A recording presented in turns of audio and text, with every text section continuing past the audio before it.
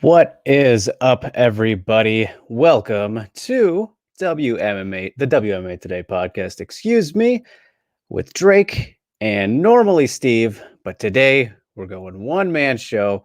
Steve is feeling under the weather, so wishing him all the best. So today, you guys are going to be the special guests, as you generally are every week, but gonna want a little bit extra interaction this time. Give me all you got. You guys are going to be going back and forth. It's a small show because obviously there were no fights this past weekend. So we all got a little bit of a break, especially those in the media world and just MMA fans in general. What'd you guys do? How'd you celebrate, if you celebrated at all, just by having a break from all the action? I myself, kind of got away from things, was feeling really burnt out at the end of May. So just left the technology behind, went and saw some friends who were 4 hours away or so. It was really nice, feeling really refreshed and ready to go here for the new month, you guys. And we got a good amount coming up. And yes, that is right. Hello, I'm seeing everybody near Ghost Fan. I'm good to see you. Rue, Makoto, Rain. We got where's the Kana Watanabe Army? Good evening. Yes, that's why this show is titled the way it is titled, because there's not much going on. I was going to pop up a Kana picture, but that would have been a little bit overkill. She is here in spirit as always. So, all right, you guys, what do we got lined up today? Well, not a lot, a little bit of news, some fights announced, some cards revealed, at least the orders. And then KSW 61 coming up, one fight on that card. Then UFC Vegas 28 on Saturday as well. So not a whole lot to dive into today, honestly, you guys. So like I said, bring the interaction. If you have any questions whatsoever, we can go all off the rails because, we need things to talk about, So it's probably going to be a shorter episode since I am completely in control all by myself right now. But yeah, good fun. Good fun. So yes, like I said, welcome everybody. Jimmy, good to see you. Making a comment here about the SCMP live chat from last week. Man, Shingo must really hate Zhang after seeing him talk about losing the matchup. Well, that's the vibe I got. What do I think? No. It's funny because as he mentioned on that chat, we actually talked about that. It was brought up for some reason before we went on air, and it was just kind of how things fell apart. It would have been great to see that fight. We all would have loved to see it and how it would have played out, especially at that time. And it'd be great to see it now still. But I don't think he hate's a very strong word, Jimmy. But of course, he would have liked to see it, but I don't think he's broken up about it. Obviously, things worked out for both parties, I think. It would have been really cool to see Whaley in Ryzen. I think everybody can agree with that. But potentially a safer path that she took by not going there. So all right, good to see you, Yusuf, popping in. And Yusuf, the only man in the Twitter mailbag this week, since we're a little bit all over the place, as I said, took yesterday off to fully take advantage of that break that we got. So we will be diving into it right now. But I see Rain's got one for me before we get into that. Appreciate it, sir. Do I think Joanna is right that Whaley and her are the only viable contenders, even though they both lost recently? I did see this interview in these comments and absolutely disagree. Obviously I spoke to Joanna recently myself, and she is always a very, very fun person to talk to. Obviously a legend, the strawweight GOAT, all this kind of stuff is coming off of that one of the best fights of all time level of fights with Whaley. And, some people believe she won. It was a split decision, but it's just, when you look at what has happened since then, with Whaley losing the way that she did, what Carla's done, I've said it many times. You guys have heard me say it many times. This is a division that you just cannot hold up. We have so many possibilities and options for freshness that rehashing something that definitely would be very fun, would be great and fun. But man, you got to go with the fresh option. And even saying that, it's funny because Carla isn't a fresh option technically because it would be a rematch with Rose, but the story of it is very fresh, and that excitement factor in what she's done, all that kind of thing. So yeah, that's that. But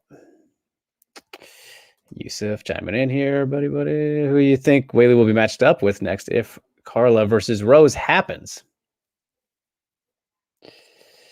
That's a tough one. I mean, it kind of depends on the other fighters, I think, because as we just talked about Joanna right there, Joanna seems to only want to fight like a Whaley or Rose, right? So if Carla versus Rose happens, which is what should definitely happen, then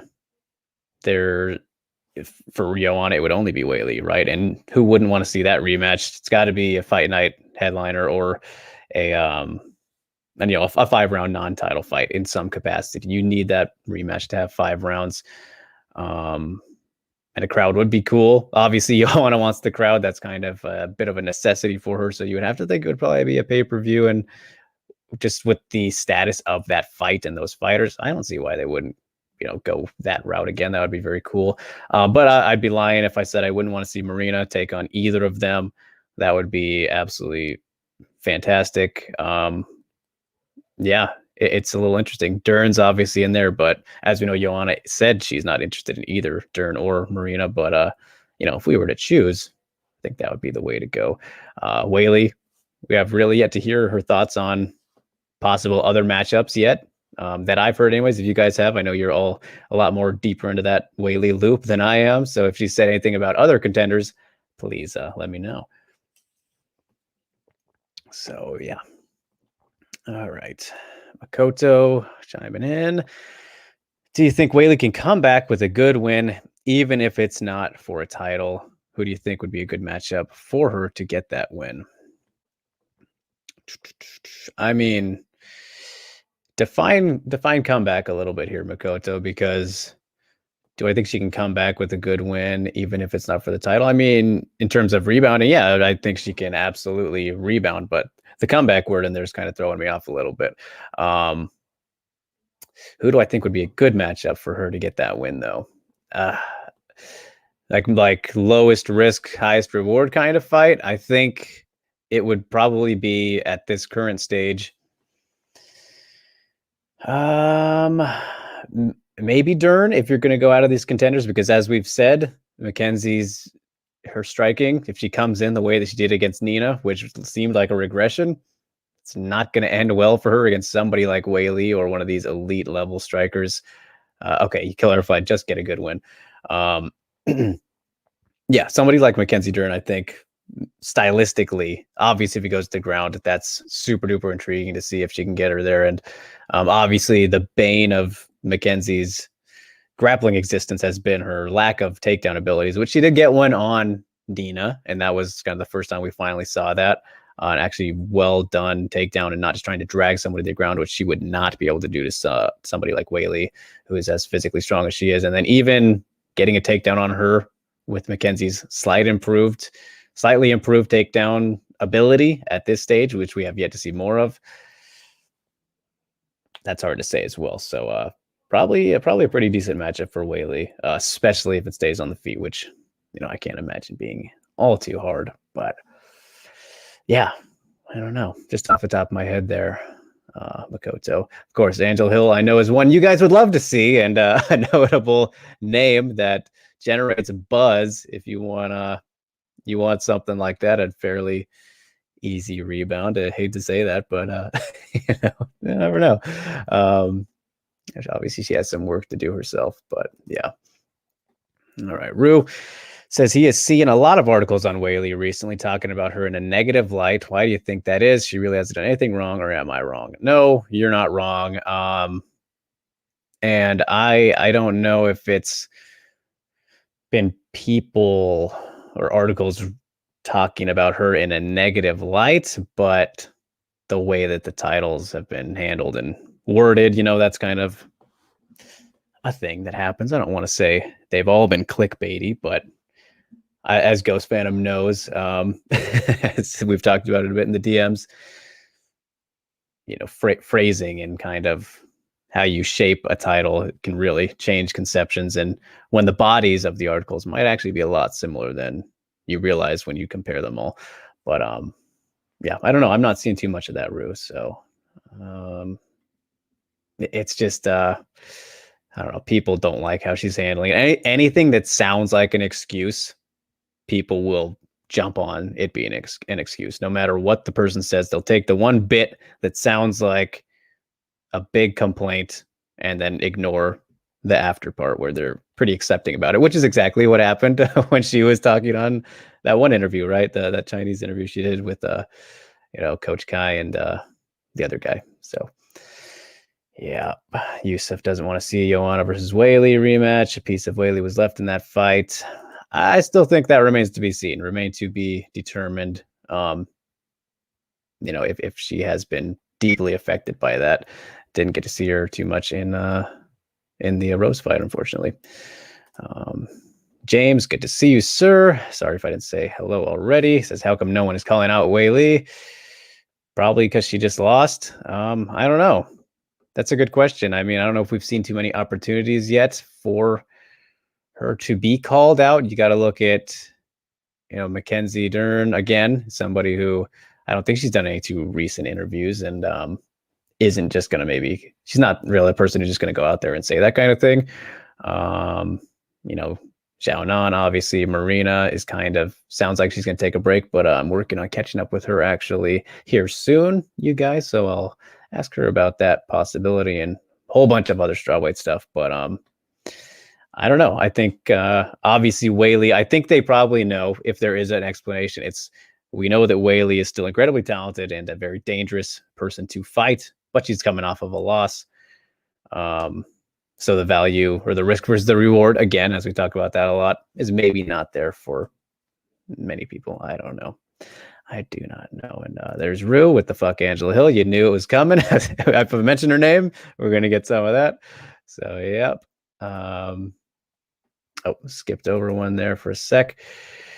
Ghost, yeah, they're driving a narrative that she's making an excuse, but people need to realize that was a part of an hour live chat. Right. Exactly. Look at the bigger picture, take things out of context. Exactly. Yusuf, apparently Dern versus Rodriguez ain't happening anymore. Yes, that is indeed what Marina is saying, because of course they tried to fucking rush. They wanted to rush her after rushing her in terms of getting back in there. So really, really unfair for her. She could probably do it because she's that talented, but geez, give her a break, man. She saved the day. She literally saved the day for you guys. Why force her to turn around again like that? It's just that kind of stuff is really annoying to me. Jimmy says, do you think Whaley has earned a PVZ status where everyone wants to fight her? I think if we're going to judge off of the last question and comments there, from James, not necessarily. Doesn't seem like many people want to fight her at all. So don't know if we're right there yet. Yeah, not sure about that. Rain says, why does the UFC want to rush Marina? I don't know. I think it's just that's just what they do. I don't think it has anything specifically to do with her. It's just that they see somebody was willing to step up to the plate in a very unique, desperate time, and they're like, all right, let's see if she does it again. And then they'll put them in a really shitty matchup afterwards for saying no. Because, that's just how it goes. So, all right. Well, this has been a very good first 15 minutes here, guys. I appreciate this continuous flow of questions here, but I will dive into Yusuf's questions now on the Twitters. And of course, I will get back to you all as we continue on and flowing with the show. Here we are. Got to get the screen all right. Yusuf hits us with another 2-tweeter. And then, Yusuf, I saw you threw in a very odd Conor McGregor comment, which just going to ignore that. Just going to ignore it. So that is what it is. But I appreciate the interaction anyways, sir. All right. So, Yusuf, you guys drop it in the Twitter mailbag, as I do have that on the screen. He asks 4 questions here in one. Starting off with, how do you guys define a good striker? So a fairly deep question there. How do you define a good striker? Well, I think that the simplest way to answer a question like that is somebody who is just very, I think it starts with technique. Technique is clearly very important because obviously we've seen that anybody can have power and knock people out. Doesn't mean they're a good striker though. Look at most heavyweights, right? So you might not be a good striker just because you have power. So I think it really comes down to technique for me and the way that people put together their strikes. Obviously, if you're just like a one strike wonder of sorts, maybe not, but being able to effectively perform your strikes well, if that makes sense. I think that's the best way to define a good striker for me. And obviously, if you have the whole well-roundedness of power included in there, that's very very nice to have as well. But what is it? Precision beats timing, and is it power beats speed, or whatever Connor said? To go full circle there, Yusuf. I'll throw in that Connor quote, which is actually a very good quote. I do like that a lot, so I'll give you that one. But all right, then he transitions to rank from 5 to 1 best strikers at strawweight. Oh boy, you're throwing that one at me. I haven't actually read the ones after this, so that is a very good one, sir. I'm gonna pull up the rankings real quick because I want to make sure I don't leave anybody out, which I still very well could, because that's how loaded strawweight is beyond the top 15. But if I'm going to look exactly at the top 15 here, which I'm going to assume that they'll probably be in there, the top 5 strawweight strikers. Oh boy, what do we got here? So here, let's rattle off who all. I'm actually going to put them down so that I can have them on a notepad.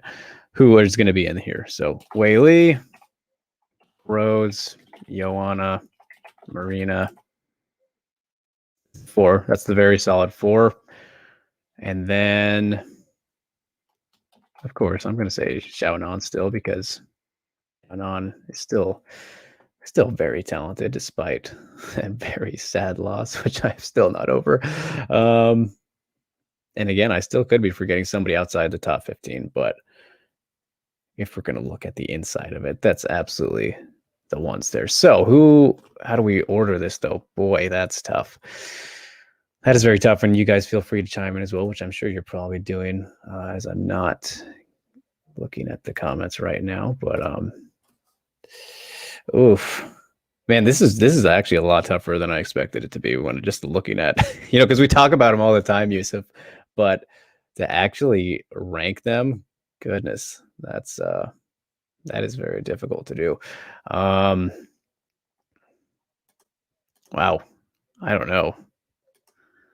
Okay, so I guess, all right, I'm going to do this in reverse order a little bit because I feel like that might be easier. I think that by default, having seen how Joanna's fights with both Whaley and Rose have played out, Whaley and Rose by default will be above Joanna. And despite the small sample size that we saw in Rose versus Whaley, and Whaley was doing pretty well leading up to that kick, and yes, that kick was absolutely perfect. I still think that the arsenal Whaley possesses is overall better than Rose's, more dangerous, but more tools, all that kind of thing. I know this might be a controversial one, but I'm gonna leave Whaley at 1, I'll have Rose at 2, and then between Marina and Jan, that's a little tricky. That's kind of a toss up. And I feel like we'd have to kind of see them go against each other to see how that goes. But obviously, you can give a power advantage to Marina. Probably better clinch work as well. But then diversity in strikes, I think, is in Xiaonan's favor. So that's a bit of a coin flip. That is a bit of a coin flip. But honestly, I guess kind of lame of me, but I'm going to actually leave it in order here of how I just put it down, which I thought was going to be the rankings. Actually, it's not the rankings. So from 5 to 1, I'm going to go Xiaonan, Marina, Joanna, Rose, Whaley. But man, that's pretty tough there. And I surely did leave out somebody else at strawweight. So let's see. And yes, I see right there, Yusuf. Yeah, we can definitely save these for next week. All right, let me check through here a little bit, you guys, so I can catch up, because I want you to keep sending stuff. So, Yusuf also chiming in. Why does everyone say Rose will beat Whaley in a rematch? She just landed a kick. I mean, man, they were saying they beat her before, so it's like this was point proven. I don't know. People are a little anti people these days, to put it bluntly. Alvin Yakatori, good to see you, sir. First time chiming in here. Says, hi, Drake, new to the channel. Saw the last SCMP with Shingo and really enjoyed your takes. Well thought out. Thank you so much, man. That really does mean a lot. I'm all over the place these days. SCMP is where I do a lot of stuff. Obviously do the podcast here and, various other places, plenty of work. And I'll actually be down in Arizona next week for SCMP covering UFC 263. So going to be fun to get back out there. It's felt like a while since UFC 261, but yeah, get to go down to hot Arizona. I'm not excited about that. The heat isn't going to be fun, but hey, we got to work to do. So thanks so much, Alvin. Good to see you, man. Appreciate you tuning in and checking out this stuff. So all right, Ghost Phantom saying he defines a good striker, someone who has good distance control, defense, and timing. Very well said. I agree with that. Yeah, I kind of blanket statemented, my response there, but I like those points that you pointed out, sir. Rain, the gym I train at, a good striker is based on range management and ability to set traps. See, similar to Ghost takes, but with the traps, yep, that is good. It's good too. That all works. Really depends on what kind of striker you are. Pressure striker, range striker, all rounder, says Jimmy. See, there's many ways to kind of look at it. So it's very interesting indeed. And James, I look at good strikers have the ability to manage distance, set up shots, and it has to be educated. So after reading through all of that, I guess we can define a good striker by distance management. It's the most important thing, as that's coming up a lot here, obviously. So yeah. And Makoto agrees with me, says Whaley does have a vast arsenal of attacks from mid-range. Yeah, man, she is awesome. So, yeah, excited to see when she's back. And what is up, Stamina? What if I can do Scrap Pack? He says, wave the banner emphatically. I know we got Kana representing. She is here in spirit. I wonder if I can't do two screens. I don't think. Otherwise, I'd put her below me, and then I would just be teasing everybody with her not actually being here. But might have a surprise for you guys soon. Might be catching up with her here soon. I'll just say soon. I won't say any time frame, but I will call on to you guys for question suggestions. We're going to have a lot of fun with that one once we do make it happen. Because why the hell not? Kana Army going on strong. All right. Back to Yusuf's questions here. What makes Wonderboy striking so good, and why do fighters struggle against him? Honestly, I'm really happy that I just read through those comments, because I think it's a good combination of all of that stuff. I think that clearly he is incredible at his range and distance management. His counters, phenomenal. His movement, I mean, it's just, he does so many unique things well. He's very patient. He doesn't overextend, like, really ever. He sees very well. He's very in the moment, which that's obviously not a striking element necessarily, but it's just, he's so awkward and unique too, compared to how other people strike. Like, he's the only real karate guy that especially fights and stands like the way that he does, and moves, and just the entire way that he strikes. Obviously, Machida is the karate guy too, the karate guy before the karate guy, but even he didn't, kind of attack and do things the exact same way that Wonderboy does. So he's just very different, very traditional, I suppose, which it's just such a high level of karate tradition that it really throws people off, and they don't see it very often, especially in the day and age we're in now, where honestly, not too many people practice it anymore, right? So, yeah, Jimmy, Wonderboy's range striker's ability to maintain distance that looks like he's hittable, but isn't, right? He's there, but he isn't. He's a ghost, man, in and out. A little bit like Dominic Cruz, but in very different ways. Both of those guys, two of the most unique strikers the sport has ever seen. Innovators in a way, especially Dominic. But I am a shameless Dominic fanboy. So, yeah. All right. Last question in this tweet from Yusuf. How do I get better at understanding? How do I get better at the understanding of MMA in order for me to break down fights better? Honestly, man, I would say just it's kind of continue watching. Like, I don't know how long you've been a fan, Yusuf. Maybe drop it in here. But just over time, I think you probably get better and better. Like, even though I've been a fan for, I want to say 11 years now, 2009, excuse me, since BJ Penn and GSP2, that was the very first fight I saw. I felt like, I don't know, like I wasn't very good, and I still don't feel that way now, but over time, with anything, right? It's like practice makes perfect. Just watching and understanding better as you see things more, but to actually break things down and assess them, obviously you have to repeat watching fights a lot potentially. So for example, this is something I've noticed over time too with myself, is I'll find myself watching one person a little bit more than the other, just naturally.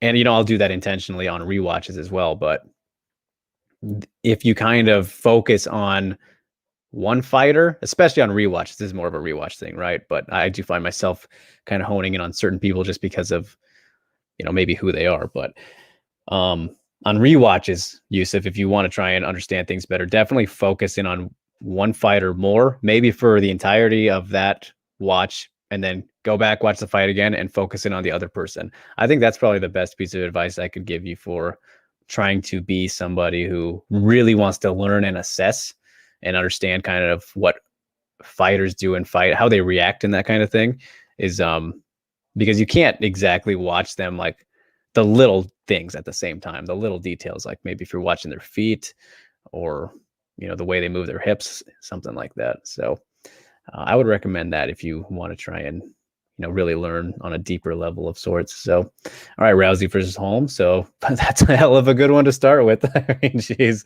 masterclass to the highest of order, 2015, right? So, all right, man, that's all good. Ghost chiming in here. Use of training in MMA also needs, in addition to watching all the fights, even the undercard, because you can learn stuff. Yeah, I mean, you just got to watch as much as you can, really. But don't overdo it, of course, because you can burn yourself out, as I mentioned at the beginning of the show. Ghost says, learn setups and techniques from the undercard fighters that you can try in training. Yeah, I mean, it doesn't have to be undercard, but of course, you don't want to go trying any spinning wheel kicks or anything nuts on your first go. So, yeah.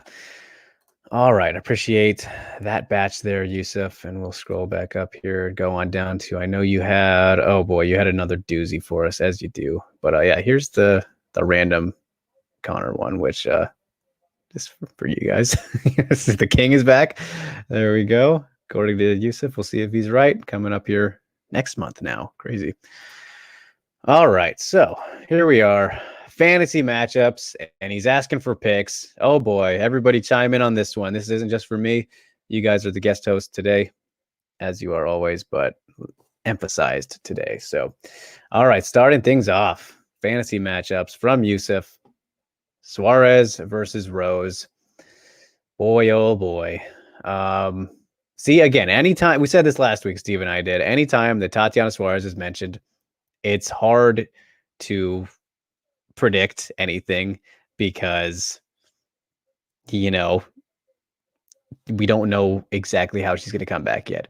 But if we're looking at Tatiana before she left, and more specifically her fight with Carla, I think she would absolutely smash Rose. And I mean, she could definitely get caught in a submission of sorts, because Rose has got great killer instinct, very good at finding submissions from a lot of positions. But if you just look at, we've seen Rose on her back before, and of course from Carla, which was a long time ago, I know. But Tisha even got her down in their rematch, which I do think Tisha should have won that one. I don't know how you guys remember that one, but I felt pretty comfortable about Tisha getting the win in that second fight, which was a very good fight. We've just seen, and obviously how Andrade muscled her, which, yes, it's Andrade, but Suarez is very strong as well. I just think that she would definitely be able to get Rose down. And I mean, we know how good Suarez is in that area. So yeah, that's Tatiana for you when she's at her best. And then, oh boy, Prime McGregor versus Holloway 2. Definitely fantasy, because I don't know if he's in his prime anymore there, Yusuf. So I don't know. I don't know if it matters though, prime or not prime or current, because current Max Holloway, I think for a bit now, he probably beats Conor in that rematch. The pressure that guy puts on, the chin that he has is absolutely ridiculous. Holloway is a champion without a crown, and I don't think he beat Volkanovski in the second fight, but he is elite as it gets. And I don't know if Conor would be able to keep up with him, man, especially for 5 rounds now. So I'd go Holloway in that one. GDR versus Shevchenko. Oof. I would love to find out. On the feet in a kickboxing match. That would be incredible. But in MMA, I think Valentina would probably end up getting it to the ground, and from there on, she'll have her way. So it would be very upsetting. It would be one of those cases where Steve throws his TV or smashes his TV. So I think Valentina would probably win that one just because of that factor. Pena versus Suarez at 135. Wowza. Geez. See, the only thing that makes that closer is the size difference, because as a fighter, I think Tatiana is better than Pena. I think that's especially at her best. I think we can all agree on that for the most part. But the size difference makes that pretty interesting. But I'll still lean Tatiana in a much closer fight than it would be if they were fighting at equal weight of whatever they normally fight at. But I'm still going to take Tatiana, especially at her best. So Poirier versus Diaz, 170. Dustin knocks him out within 2 rounds. It's not competitive whatsoever. Going to leave that at that. Joanne versus Araujo, 125. Man, that's a very fun and interesting one too. I think that Joanne at 125, I think she's perfect for 115, but if she was to apply herself to 125, could be pretty dangerous just in terms of packing on that muscle that she's already been working on consistently. She could be a little bit maybe more dangerous. But against Araujo, we've obviously seen that the problem for her is that gas tank, which I believe that she fixed that hole in her game after the Roxy fight. Was not the case. So I think that Joanne would last and take over as the fight went on, if not from the get-go. But obviously, as time went on, she would get a lot more comfortable and secure the fight, I guess you could say. Whaley versus Tyler Santos at 125. That's a hell of a matchup as well, man. Especially when you look at kind of the frame and size difference and how they're built, which would make it very interesting for Whaley to have to deal with that. Not that she couldn't, and not that she wouldn't be fine at 125, but yeah, again, I think that in this case, if we're going to look at it, who's the better fighter is what that would boil down to, and we know that that's Whaley. But Tyler Santos, I was not high on her at all when she came into the UFC. Obviously, one of the most padded pre-UFC records of all time, and then she gets beat by Romero Barella, who really kind of fell off after that. Which that's how that should have happened. Barella should have beaten her, especially going in. But since then, yeah, she's looked quite dangerous. I really like Tyler Santos' potential now, and I know Stamina does too. Shout out there. But yeah, in terms of right now, who's the better fighter, yada yada, and then Whaley going up, not as tough of a cut, more power, all that stuff. it just boils down to her being the better fighter there. So good stuff there, Yusuf. There's some tough ones. Would be very interesting. All but one of those would be interesting, as you can probably guess which one I'm referring to. But Stamina takes Suarez, Holloway, Shevchenko, Suarez, Poirier, Araujo, Santos. Oh boy, gets real hot there at the end. I agreed with all the first ones, and then he's taking Viviani and Santos. Interesting.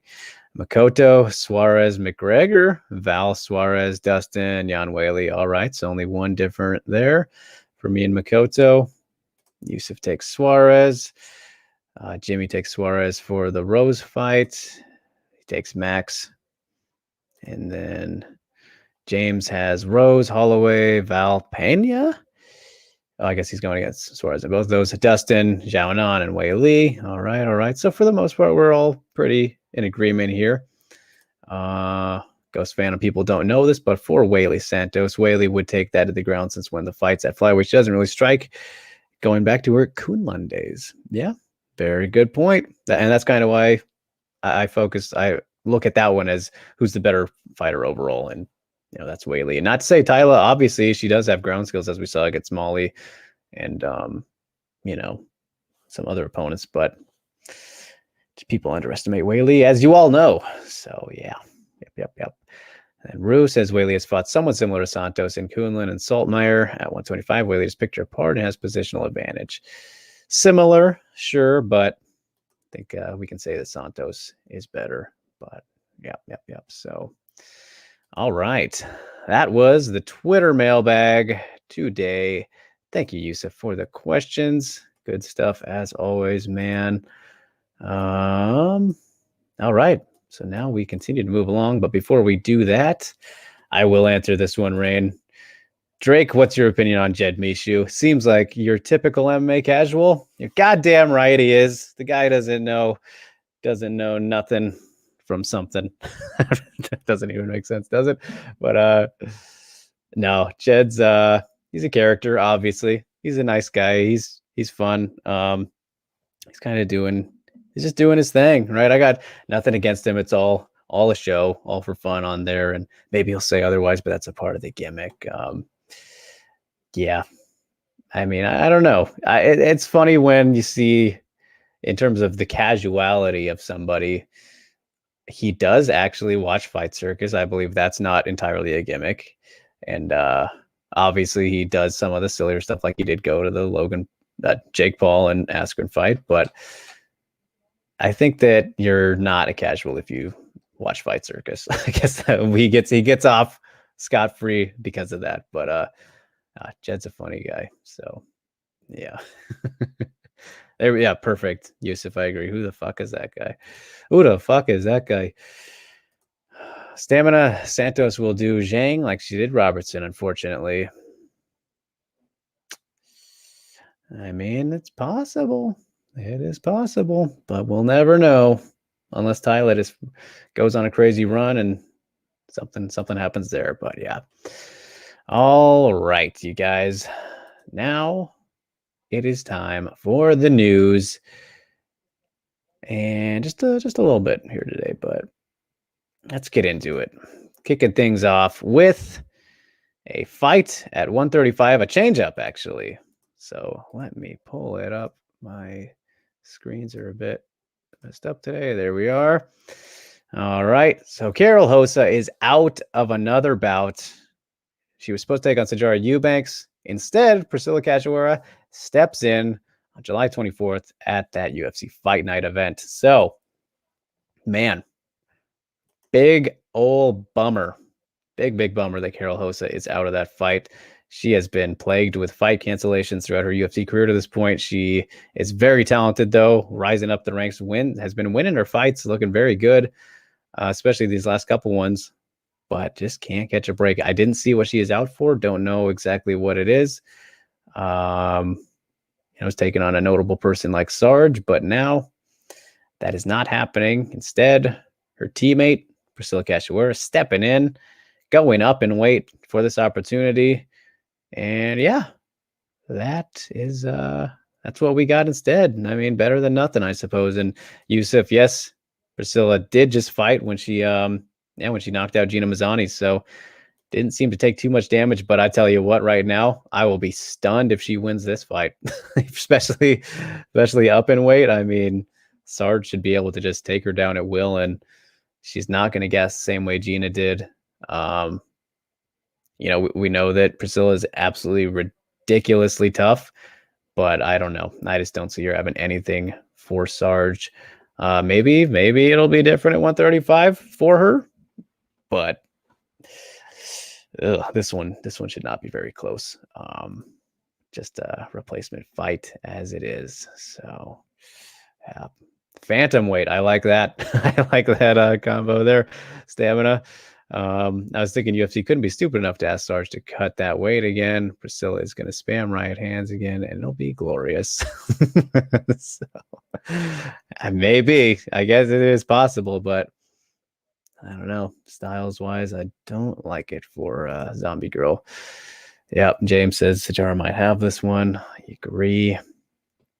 I agree. So, better than nothing, though. So we'll take it. That is that. As we move on to another bantamweight fight that was made over the weekend. The Bad News Barbie? Bea Maleki's back as she's taking on Josiane Nunes now, which has been added to the August 21st UFC Fight Night event. Nunes, of course, was supposed to fight Zerafarin dos Santos a couple weeks ago. I don't remember exactly when that was, but I remember talking about it with Steve, and then it got canceled like a couple days before or something.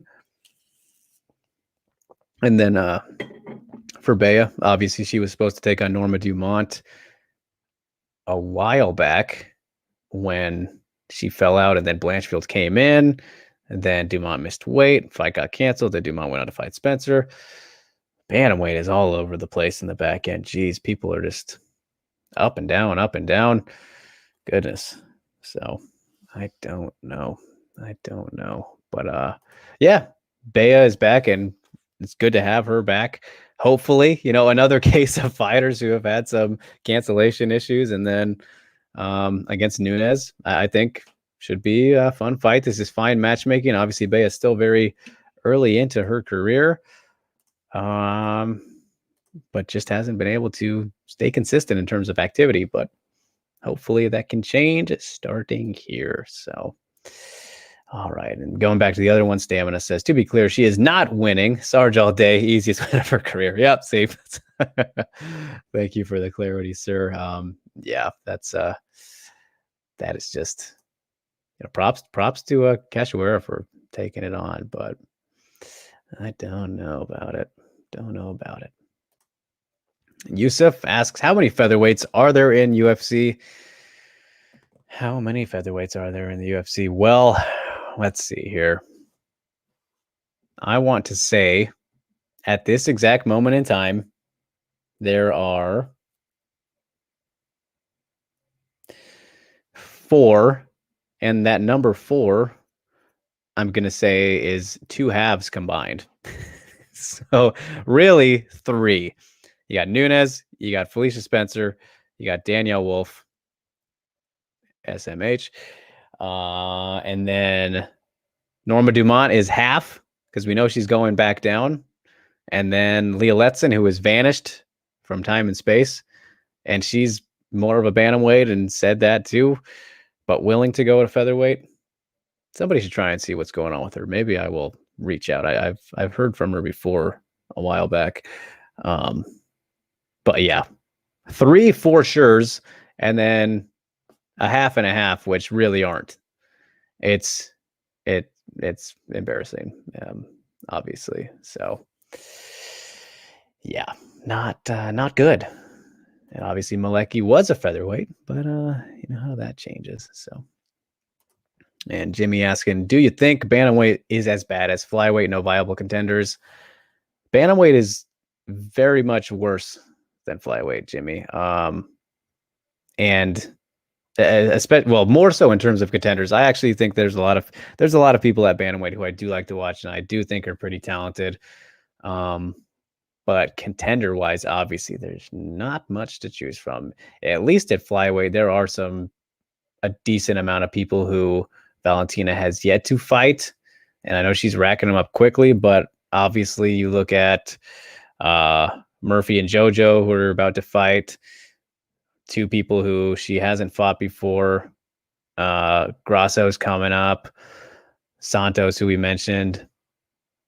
There's plenty of people, and it's turning out to be a little bit more exciting with the names, I think, and newer faces kind of shuffling in there, as opposed to bantamweight, which is just kind of a bit of a wasteland, especially in terms of new contenders, because Holly and GDR are still beating everybody else. So yeah, it's sad times at 135 for the most part. So yeah, Van Ghost says, I know why Steve is not here. Lakers game at 7. JK, get better, Steve. Yeah, I don't think that's the case. He generally watches at the same time. Sounded like, yeah, he's feeling it today. Wishing him all the best. Our man Steve. We've each missed a show now ourselves. First time since the time we've ever done this podcast. But it happens. Life happens. We get sick, but the show must go on, of course. And Stamina saying Spencer and Wolf are the only legit ones left. Everyone else has been or will be working the scales. UFC bantamweight is in significantly worse shape. It's on life support right now. Yep, indeed. All right. So moving along, just a little brief news in the grappling world, which I always like to touch on. Submission Underground 24 on June 27th. Amanda Lowen, the queen of the Submission Underground cage. She is back defending her title, her absolute title, versus Raquel Canuto, who we actually forgot to give some shine to. What was it, last week, after she submitted Jillian Robertson with a guillotine in 30 seconds. Yeah, poor Jillian Robertson can't even catch a break in grappling anymore. She was doing all right there for a bit. Of course, I think she, if I remember correctly, she took on Lowen, and nobody's beating Lowen. So no MMA fighters are beating Lowen, as I've said and will continue to repeat every single time on this show. Props to Canuto for getting her title shot here in this grappling match. But and great win there. Was really good guillotine. I didn't think she was going to get that, but yeah, she forced a tap on Jillian Robertson very quickly. It's like, it's one of those things. Give Liz Tracy and Canuto, give them UFC contracts for actually submitting a UFC fighter. Like, why not, man? Obviously, Canuto and Liz Tracy both in Invicta, but I think you bring them in. Why not? So Amanda Lowen now gets to rack up another title defense. She is sensational. So always look forward to watching her do what she does best. Yeah. I see you guys talking about the Weasel in the chat there, and I didn't know that guy was still around, actually, but I remember always liking his stuff for the most part. I don't really watch those kind of breakdown guys too much anymore. Very busy with my own stuff, but shout out to the Weasel indeed. Yeah, actually, I remember him having some pretty controversial hot takes that were a little bit too spicy for me. Didn't quite agree with, so that might have been why I stopped watching him. But yeah, now he knows what he's watching for the most part. So from what I remember, but anyway, that is that with Submission Underground. And then we head on over to Japan, where Deep Jewels 33 is on June 20th, and they have revealed the full card. And, just going to glance at this real quick, Interestingly enough, I wasn't sure, and now we know that the tournament is going to conclude on the same night. As you can see here, Hikaru Ono taking on Nisei in their rematch, as is Saori Oshima versus Siwoo Park, kicking off the card. And then the winners of these fights will compete in the main event. Gonna be exciting. You'll love to see it. One night tournament brackets or legs of the tournament. Always cool to see how they play out. And then obviously the rest of the card. Good fun. Indeed. And the strawweight title fight in the co-main event, going to be a good one there. So I had to highlight that because, man, that card got pushed back, which is a bummer. But hey, they'll get it done. They will get it done. What do we have here? Somebody trying to send me a message. All right. And then PFL news today. PFL 6 hosting the end of the regular season for the lightweights. Let's take a look at that now, which I did not put the date on the ticker, but when is that? June 25th. All right, this is interesting. I actually haven't looked at all these matchups yet, so this is going to be first reaction for me. So here we go. I mean, I saw some of these. I saw two of these. I saw this one, Kayla Harrison versus Cindy Dandois. Goodness gracious. Goodness gracious. There we go. And I guess let's throw this right out there. This is a little bit of the complaint, I guess, that I might have with PFL. And I'm not totally sure how I feel about it because it feels just very odd for Kayla to go from a win like she did to fighting Cindy, who lost.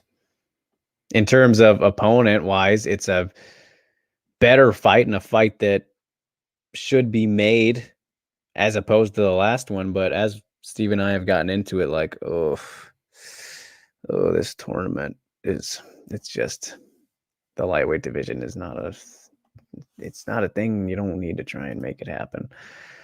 But yeah, I mean, hey, I guess we can really see how Kayla's striking. She could have a striking performance here if she wants, on the ground. That's where obviously Cindy's best chance is, but obviously not at the same time, right? Like it's her best area to be, but also her worst in this matchup. So it's just kind of weird. And then it's the main event, which is because of Kayla, but like, it's weird. It's weird to me. A weird aspect right there. And then we go down to the prelims, which the rest of the ladies are down on the prelims, which is a little bit upsetting to me. Why don't you mix this up? Especially when you look at the standings. Like, I don't know if they're going by points specifically here. I don't know how much Isaev has. Ferreira, he's got just a 1 point, as does Verdum. Like, I don't.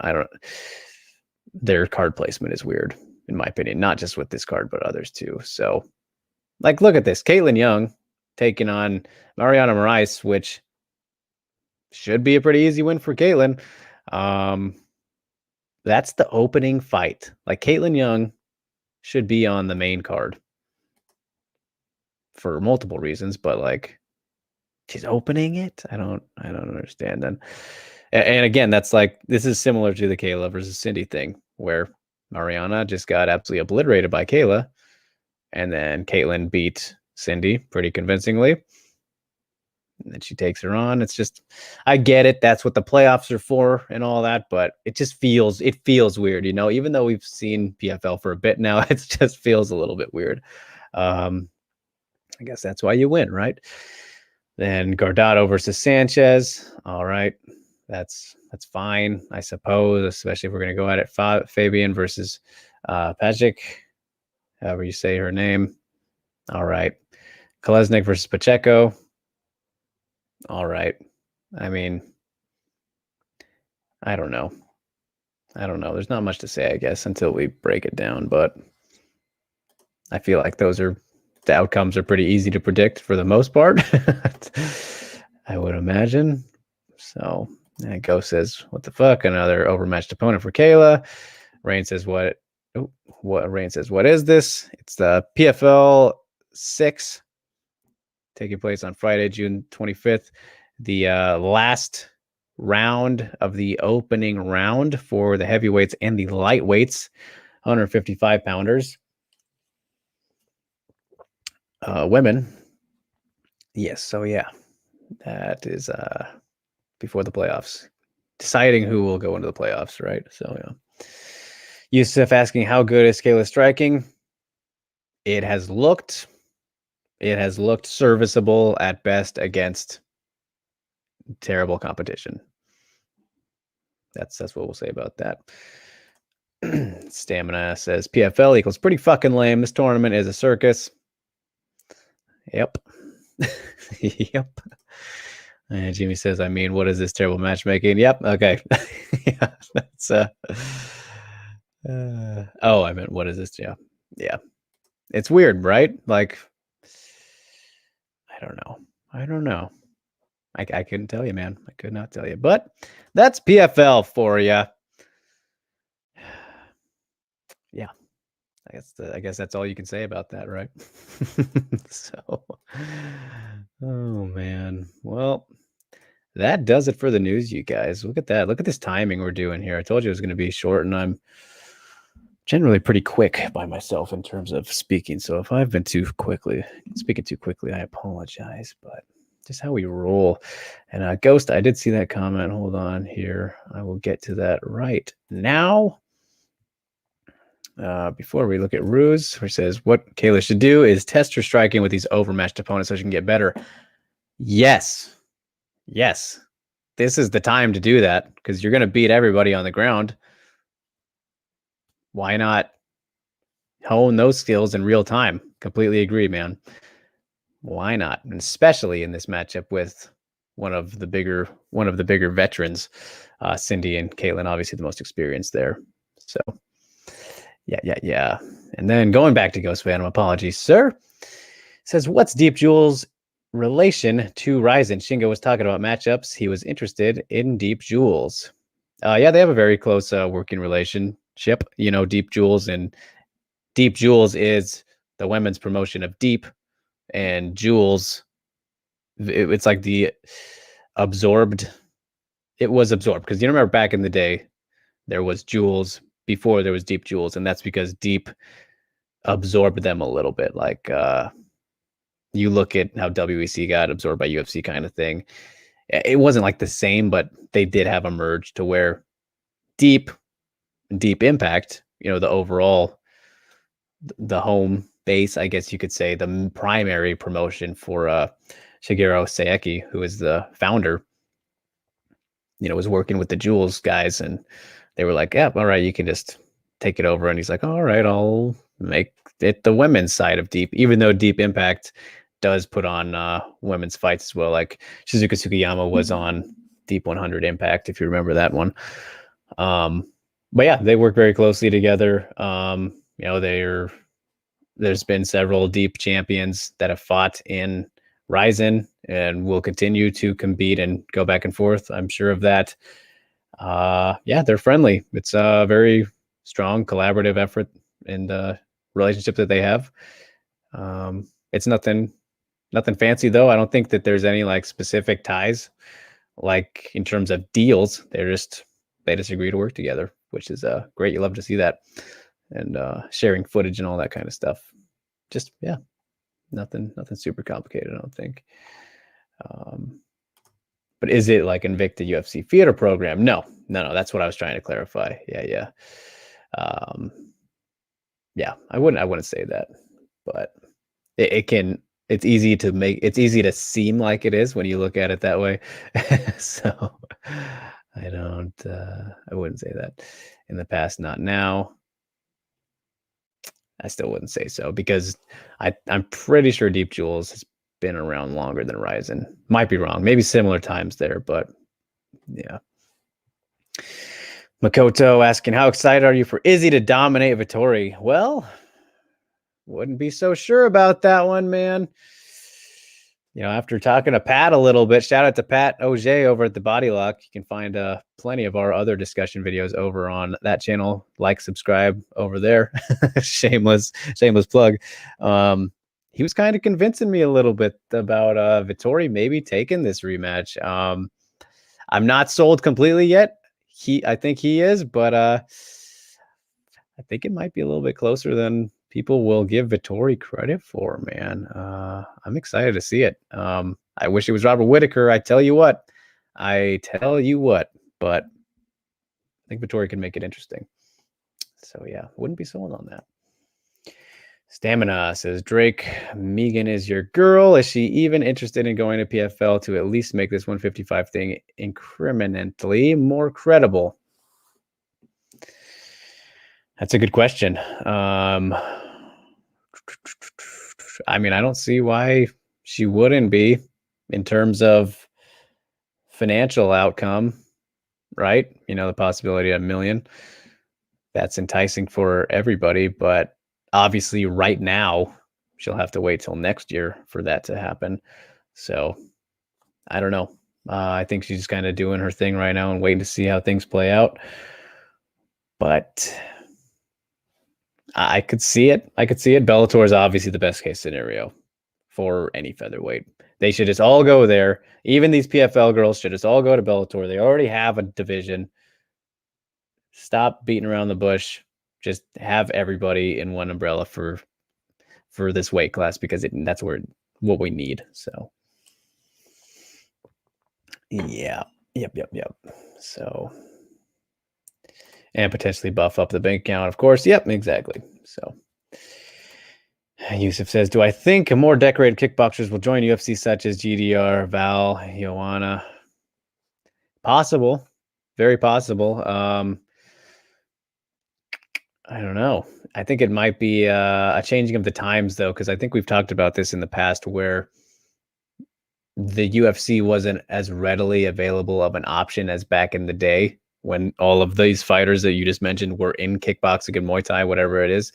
So they might kind of start disappearing a little bit, but there are still some decorated kickboxers out there. And I mean, man, when you think about it, I'm surely forgetting some or not thinking of anybody, because I'm not super deep into kickboxing or, you know, sports outside of MMA, combat sports specifically, for the most part. Like Rena Panchan, who just recently got her knockout, and she got her next fight announced, what was it, last night? You know, might be the best kickboxer, definitely at her weight class, which is atom weight. And, you know, her best hope is Ryzen, which she is interested in competing in Ryzen in kickboxing. She's not ready to jump to MMA yet, because she wants to conquer kickboxing yet and kind of help elevate women's kickboxing, which is, you know, still, it's not a hot thing exactly, but I don't know, man. It's a tricky one. It's possible, but I don't know how likely it is. So yeah. And then Rue says, people need to realize Izzy has gotten better since Marvin lost last time. Yeah, but so has Marvin.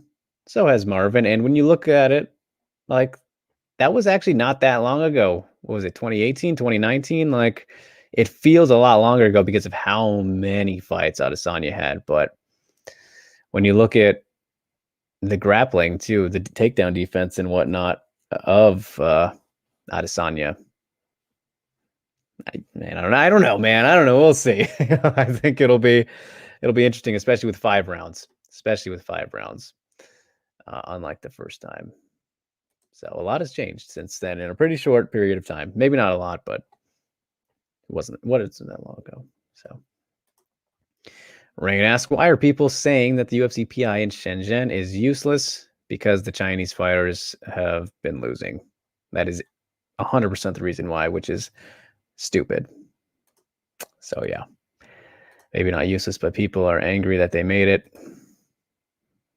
because they're stupid. So Makoto asked, Drake, what did you think of Whaley's living condition in her documentary, if you were able to watch it? Oh, man. I remember, was that you that sent me that, Makoto? Dude, as I said, I was so burnt out at the end of May that, yeah, I didn't get a chance to watch that at all. If you sent it to me, though, you know, say so, and I'll check in my DMs and whatnot. I'll definitely have to watch that. But I remember what you or whoever was saying, that it sounded very interesting. But yeah, I'll definitely check that out when I can. I haven't got around to it yet, but yeah, sounds like something. So I'll have to get on that still. My bad, man. And Yusuf asks, where is it? It is, I think that was YouTube. I don't remember, as I said. So Stamina asking, are those people seen as knowledgeable? Rain, anyone can say anything. Not all comments made carry the same weight. Yep, very true. Very true. But all right, you guys, we have some fights to preview this weekend. How about that? Going down on the same day, KSW 61 and UFC Vegas 28. Just one fight on KSW. And all right, thank you, Ghost. Says he can send it to me. That would be awesome. Let me pull up the stuff here. All right, we're going to be kicking things off with Ms. Karolina Avčáš taking on Monica Kushnick. The return of Karolina looking to rebound off of her first and only loss to Justina Haba. And she's dropping down, or looking to make the drop down to strawweight. As you can see, this is a catch weight at 118 pounds. Karolina normally a flyweight. And then, Monica getting more into MMA, as she only has one win, which came a bit ago, but she is a kickboxer. That is her background. She has been competing in kickboxing. I believe she's had some fights since that MMA fight. She's stayed active for the most part, but yeah, here we are. Karolina Avčáš looking to rebound off that loss to Haba. As I said, she's the minus 250 favorite. Excuse me. And yeah, it's going to have the height advantage, presumably the reach advantage, but not sure. Karolina, she is still a very solid prospect. I think, as I was saying, was that last week when they announced this? She has a boxing background, but in MMA, her jiu-jitsu has actually been kind of her main point of attack and what has looked the best in her game. It's you love to see that, but yeah, it's very interesting how she's been able to mix it up and actually look stronger on the ground, I think, than on the feet. But now taking on somebody like Kushnick here, who should be able to do pretty well in that department. But if she gets taken down, then it'll be should be a wrap for Karolina, which I think is kind of what the matchmakers expected. But yeah, so it's going to be a good one. I like this. I'm just happy to see Karolina staying as active as she can. Obviously tougher in these times, and KSW, this is going to be their first event with fans back, half capacity, I believe. And yeah, and Yusuf here asking what was the cause of Karolina Kovalkovic's decline. I don't know, man. I think the competition kind of just caught up with her. The talent level of everybody passed her by. I think that's the best way to look at it. I feel like she didn't change too drastically. Just everybody else got that much better. So, yeah. But as for Avčáš, she has obviously trained with Karolina a lot. You can see Shark Top Team there, even though according to the pre-fight video packages and whatnot, Karolina said that she's changed everything. Changed weight, obviously looking to go down, changed things in her personal life. My nose is driving me crazy for some reason. She changed camps, so I don't know where she trained for this, but has trained with Joanna and stuff before. She's been around pretty much everywhere in Poland, gotten some good looks and whatnot, and still has a bright future. I would have loved to catch up with her before this one, but maybe afterward. She's a very good personality, total star potential all over her. And I think that KSW clearly realizes that, and still has a long way to go in MMA, as you can see. But I think for this fight specifically, it'll come down to if she can get the fight to the ground, because it's fairly striker versus grappler-ish, which is funny again because Karolina does have that boxing background. But I think that she's got enough experience overall to rebound, and seems like she's learned from that first loss. So I'm gonna take Karolina here. She'll probably find a submission because that's just what she does. Triangle there against Rola. There was the split in between, rear naked, and then I believe her debut is very quick as well. It's not up here, but yeah. Oh, that is right. I can't read. So yeah, Avčáš rebounding for me. And that is the only fight for the ladies. KSW 61. First fight back with fans. Always love some KSW leading into the UFC festivities because they go down in the morning. So that is always fun. All right, moving along here to UFC Vegas 28. Flyweight action in both of the fights. But starting things off with a doozy. Oh boy, I'm excited for this one, you guys. Let me know if you're excited for it because this should be absolutely fantastic. Marina Moroz versus Manon Fiorot, kicking things off out of the two fights. Oh, yes. Oh, yes, yes. Marina Moroz is back, and as is Manon. But if you remember the Iron Lady, that is her nickname. She's stealing GDRs. I never realized this. According to Tapology, Marina Moroz had looked like a completely different person since moving up to flyweight when she did so against Sabina Mazo 2 years ago now. Holy shit. That is crazy. But yeah, looked sensational in that one. Knocked off Mazo. What was that? Mazo's debut. And then after that, really awesome fight with Mayra Bueno Silva. Gets the win there as well. Looked like a potential contender for sure. She looked awesome. And then on the other side, you got Manon Fiorot, who's only lost to Leah McCourt, which was in her debut and up at like 138 pounds or something like that. Some weird catch weight. And obviously, Leah McCourt fought last week, beat Janae Harding at featherweight. So, and that was a pretty competitive fight too. If you guys haven't seen Fiorot versus McCourt, go check it out. Obviously, Manon is a striker that I am very high on, as I mentioned her last week, answering a question that I probably shouldn't have answered with her as the answer, but I really like her, man. She's the beast for a reason. She looked amazing against Victoria Leonardo in her debut 4 months ago in the UFC. A lot of potential with her, and man, I think that this fight has fireworks written all over it. Very exciting that we're going to be getting this here. It's just kind of, we'll see how Moroz comes back because, yeah, that last fight for her against Bueno Silva was a year ago. I believe she had like 2 fight cancellations, some injuries, but when if she comes in on point and looking how she did before that, going to give Fiorot a pretty good test here. But just the way that she chains things together, and you know, the diversity in her strikes as well, those body kicks, you know, the way that she can hit takedowns off the end of them too is always nice to see. But of course, she doesn't generally do that as much as maybe keeping it on the feet and just going to work. But man, oh man, she has some potential. As we get to the questions, Yusuf says, who do you think Fiorot beats in the top 10, even though it's early? I still have the rankings up, so glad that you asked that specifically. In the top 10 right now, Jessica is still in the top 10, isn't she? Yes, she is. That is insanity. That is insanity.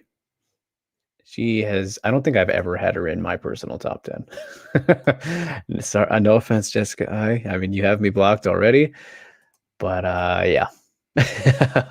Jessica I feel very confident saying Fiorot would beat her. Roxy, that's a tricky one. That's a tricky one, but Roxy coming off of MCL surgery now. Calvillo, if she can't get it to the ground. I'm just gonna say Jessica for sure because it is still very early, Yusuf. But yeah, that's a lock for me in that one. And with that in mind, I do think that Fiorot is going to get this done. Just, you know, fought more recently. It has just incredible technique. She just looks very good. And I think that she's going to be able to physically outstrength Moroz in situations where it might matter if they get in the clinch or whatnot. But I'm probably underestimating Moroz again because, like I said, she looked reinvented at flyweight last time we saw her in both of those last 2 fights. But man, I'm just very high on Fiora, and I think that she's got a very bright future representing France. I think that she will get it done. So, yep. Rue asks, Drake, do you know how the embedded is produced and how they pick which fighters to feature on it? I do not. That's a pretty good question there, Rue.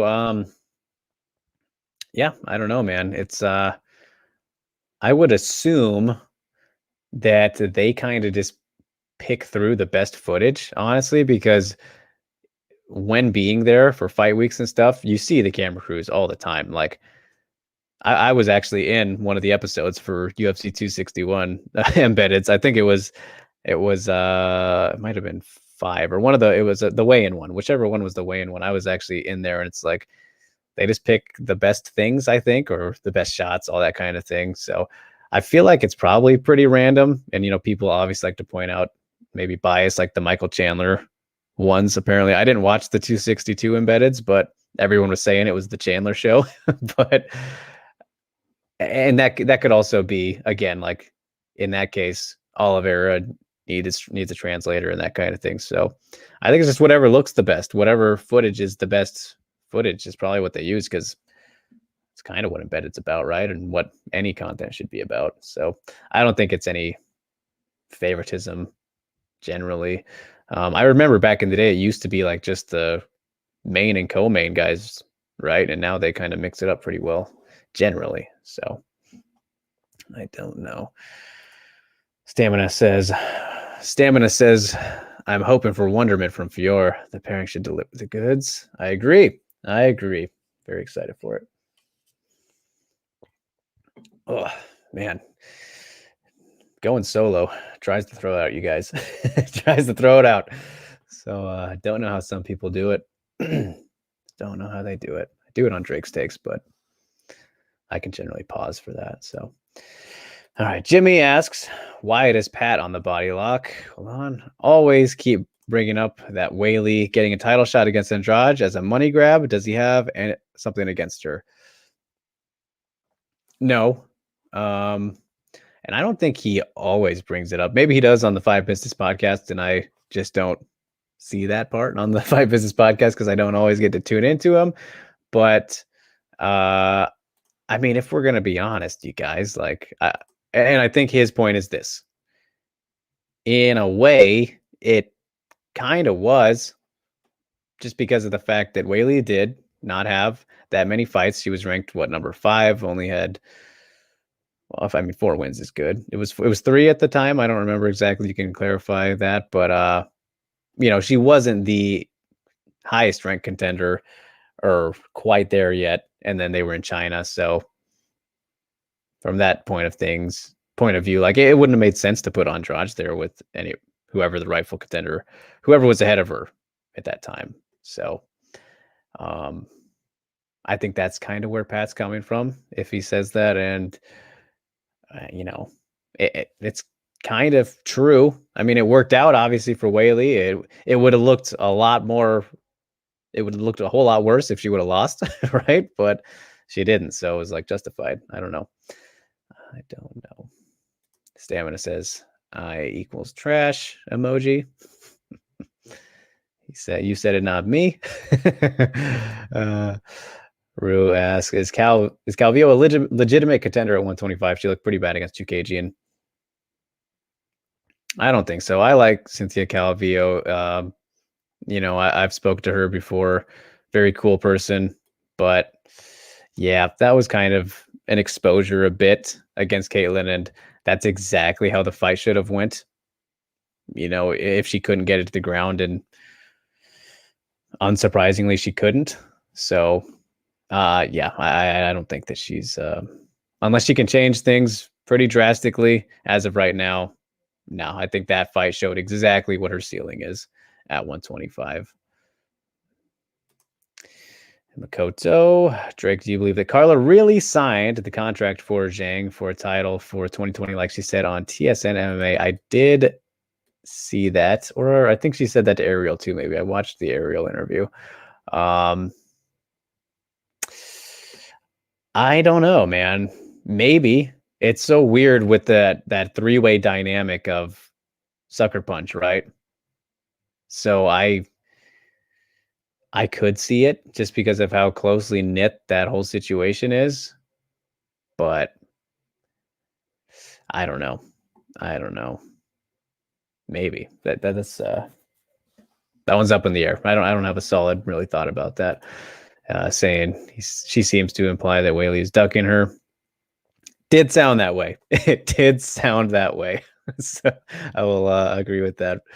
And then he goes on to say, but in the 2-hour live chat, Whaley said she didn't get a contract before she left to the U.S. Who is telling the truth here?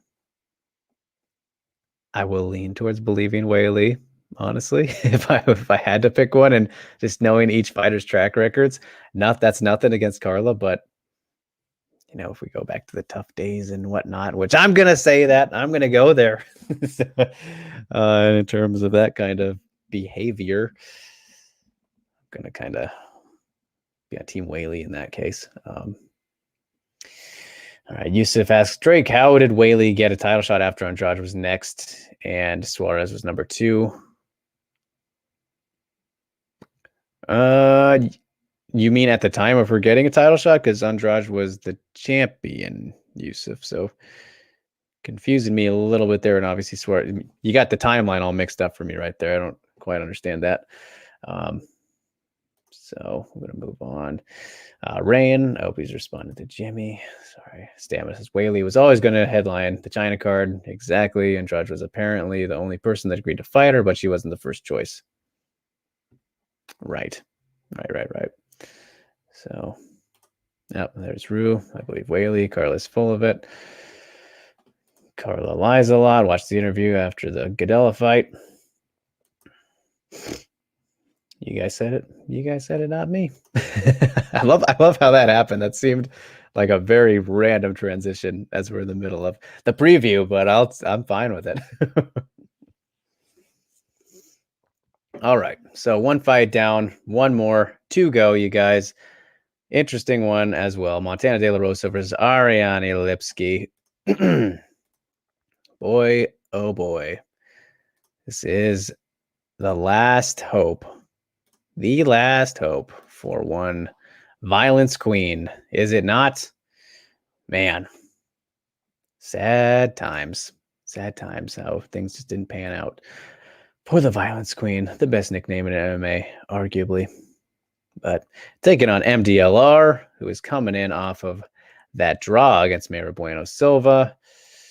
Then prior to that, had just a terrible, terrible performance when it comes to fight IQ against Viviane Araujo. Goodness gracious.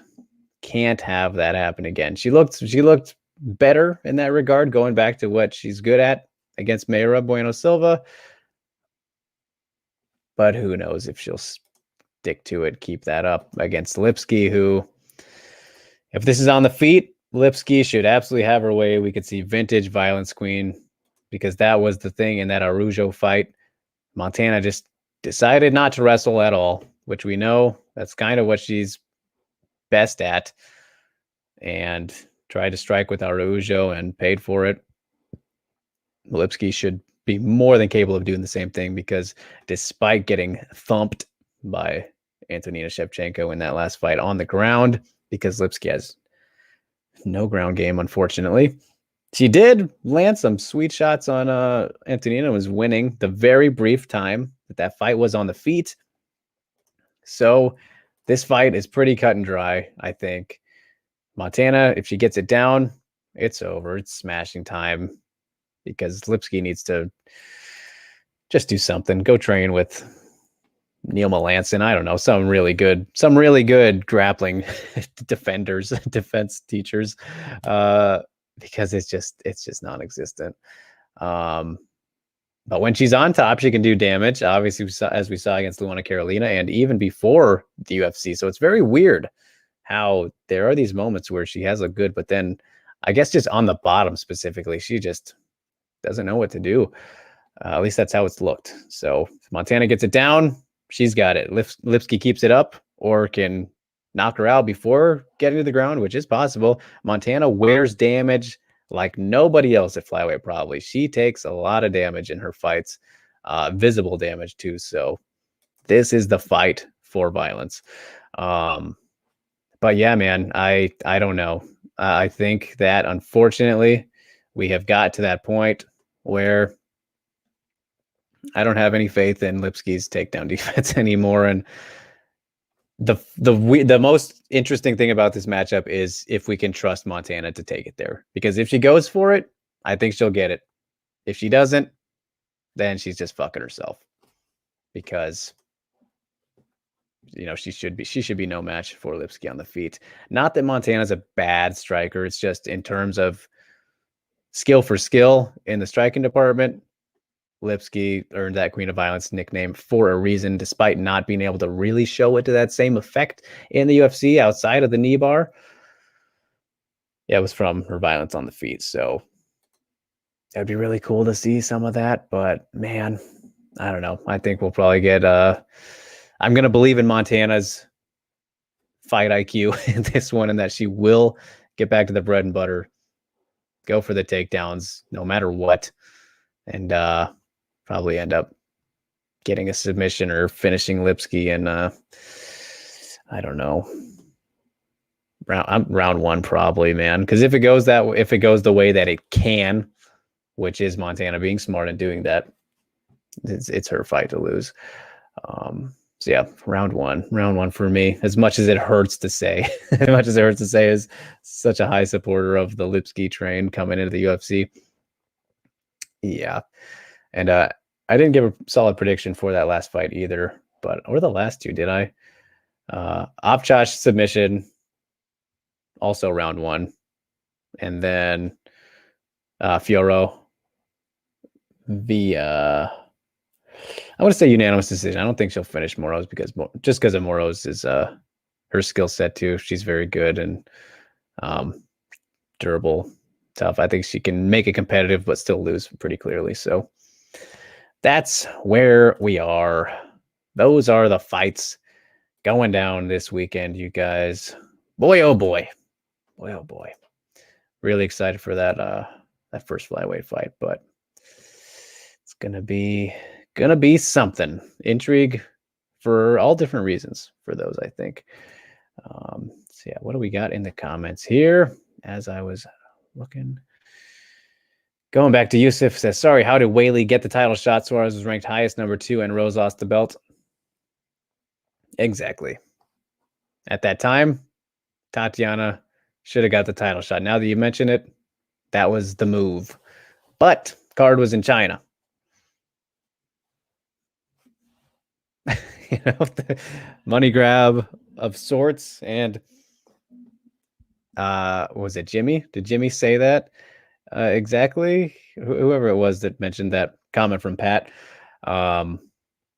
he mentions too that they struck a TV deal in China that night because the TV people were in the arena watching the event, and I think they already had a deal, but they're like, let's renew, man. Chinese champ, let's go. So the UFC was kind of hoping for that to happen, if I'm remembering correctly what Pat has told me in the past. So yeah, that's just how that kind of went. Yep. So James says, I believe Whaley. She said she wanted to fight in 2020. Why would she duck Carla?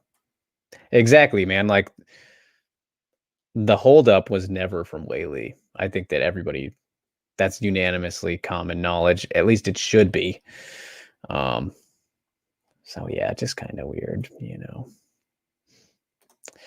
And James asking, does anyone have faith in Lipski's takedowns? No. Right? No. It's unfortunate. It really is. So much potential otherwise. Even though Jimmy here, not too high on Lipski striking either. It's pretty predictable. Can be, but still works. Still works when it needs to, generally. At least in the past, that is. Stamina, 51-49 DLR from this seat. Is that in terms of percentage chance? It's quite close. It just comes down to, I think it really hinges on De La Rosa's how she's going to fight, how she plans to fight this, because she should be able to win it easy if she fights how we know that she can and should fight. So kind of an important one for both of them, right? But all right, you guys, here we are right at the 1 hour, 30-minute mark, the sweet spot, as John JHK says over at SCMP. And so does Nick. He says that as well. Shout out to them, the boys, the men. Perfect. How about that? Not bad for a one-man show today. Couldn't have done it without you guys. I was thinking this might be around maybe an hour only, but this extra 30 has been just fine. Obviously shorter than Steve and I normally go, but that's all right. That is just all right. It was still fun. Not a whole lot to talk about, but you guys added in the flavors. So we will wrap it on up now. Before last question here from Rain, when he says, last question, why is JHK so sensitive about Bellator rankings? I wouldn't say he's sensitive, but it is what it is. You saw his response, and he can respond how he wants to. It's like, I don't know. That you'd have to ask him that, which he'd probably respond the same way. But I think that he just probably knows that they're not good either. Let's go with that. That's probably what it is. And I'm gonna hope that he didn't put Laredo above the fighters that we talked about. But yeah, still love him. Still love you, Johnny boy. And Yusuf says, please don't forget to save my tweets for Steve next week. Yep, I will keep them bookmarked. Don't you worry, sir. Don't you worry. We'll have a doozy with those. We'll have a doozy with those. But anyway, don't forget, you guys. Follow us, like, share, and subscribe at Drake Riggs _, at Steve K _MMA, at The Scrap News. You already know the drill. I don't even know why I do the end part anymore. You already know. But big thank you to those who joined, as always, especially this week. Those that tune in on a regular basis, not live, if you're lurking, whatever it may be, all incredibly appreciate it so much. Big thank you, of course, to those in particular who did chime in and interact. Stamina, Yusuf, Rain, Jimmy, James. Yep, I said Yusuf, Rain, Rue. We had Alvin coming in, Makoto, Ghost, of course. That might be everybody as I'm scrolling through here. If I forgot you, I apologize. Steve usually does this part, and he's better at it than I am, but I appreciate it all so much. Without you guys, there is no us. So yeah, we'll leave it off with some plugs, as I should have done that before that part, but appreciate you so much for sticking around. Obviously today, if you guys follow me, which I hope you do at this point, just dropped a little clip snippet from my chat with Misha Tate, which is only a small portion because of the fact that is for my not new, but big women's history project, which is in the works, and I'm talking about it now, which is something I never like to do because I feel like it jinxes things a little bit. But in this case, special exception, because it's going to be the biggest thing I've ever done by far. I've been working on it since the beginning of the year now. It's going to be a very in-depth look at the worldwide history of the women in MMA. So I'm talking to as many historical figures as I can. And obviously Misha, one of them. So pretty much our entire hour chat was for that. So I took out a part of it that wasn't really related. So yeah, you can check that out now on the YouTube channel, youtube.com/Drake Riggs. A little write-up for that part of it on bjpen.com as well. And yeah, Broad Horizon episode 8 still out. It's not gonna not be out, so check that out if you haven't yet. On there we had Kurumi Khan, the Rising Ambassador. We had Sohee Ham, of course, Roberto Satoshi de Souza and Kleber Koike, who are both fighting at Rising 28 now. Roberto getting his chance to fight for the title. Finally, can't wait for that fight against Tofik. And then Kleber against Mikuru. Awesome fight as well. And then Masakatsu Imanari was the last guest. And, living legends. So please check that out if you have not yet. You guys love doing Broaden Horizon as well. One of my other shows, miaminews.com, Japanese and audio versions available in audio only, all that good stuff. And then, yeah, as for the rest of the week, working on plenty of other people who are in the works or lined up and what have you, but not going to say until they're done. So appreciate you guys as always. Thank you so much for tuning in, and stay safe, stay sane. I will see you next week with Steve, of course. So thanks for the well wishes, and we'll see you guys. Peace out.